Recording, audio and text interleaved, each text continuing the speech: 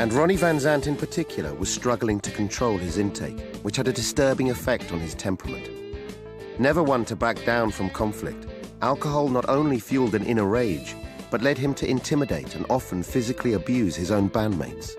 Ronnie was a maniac that whole tour, just a maniac, just night after night, something traumatic would happen. One time in Lake Charles, Louisiana, Ronnie had vowed 2 weeks before that to stop drinking, and he did. It was really, he was a lot better. I think he was miserable, but towards maybe the second week, he got a little bit better.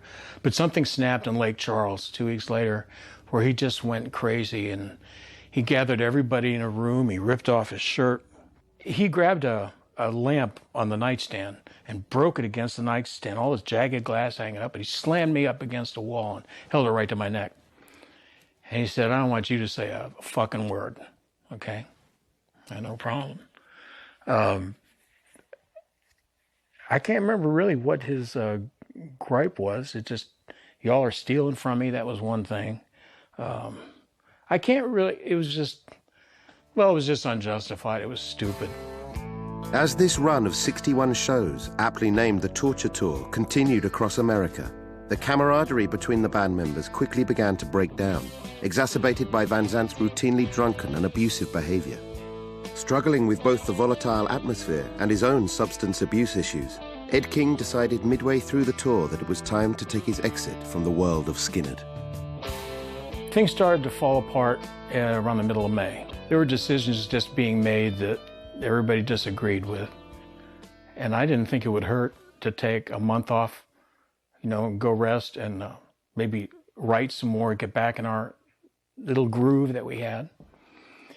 And Ronnie, and I know people will disagree and say this is a lie, and it's the absolute truth because I have no reason to lie. But Ronnie said to me in front of everybody, "Look, man," he said, I've had it with all this bickering back and forth, management and all this. I just want to focus on what I do. He says, I'll let you make the decisions and, just check it with me, but you deal with them, So I did. I told Peter Rudge, I said, I want to cut this tour and go home and rest, take at least maybe 2 weeks off, then maybe 2 weeks writing, and then resume it. Well, that was around the middle of May, and by the 26th of May, I was out of the band. And the only thing I can surmise is that sometime between then and the 26th of May, somebody got together with Ronnie and said, you can't do this. You can't just stop a tour. Because then the pressure started coming down on me to move me out. And then rather than move me out, I just decided, well, this isn't worth it. I'm just going to leave. One night during the making of Nothing Fancy, I was living in a hotel separate from wherever they were living. Ed came over one night, and he was complaining to me about how much money he had spent the last year on serious drugs, and that he didn't know how much longer he could stay in the band. So I wasn't totally surprised by that. And if that's why he left, I was glad he left. I had my share of drugs. Oh, yeah.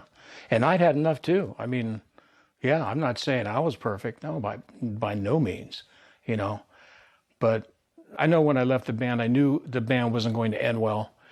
I had no idea it would end like it did, but I knew it wasn't going to end well, and I really didn't want to be a part of it after that, because my creativity at that point was shot. Really, there's just so much friction. Just everybody needed a rest. People don't come to your hotel room crying, saying they need a break if they're just kidding, I mean, there was some mental stuff going on.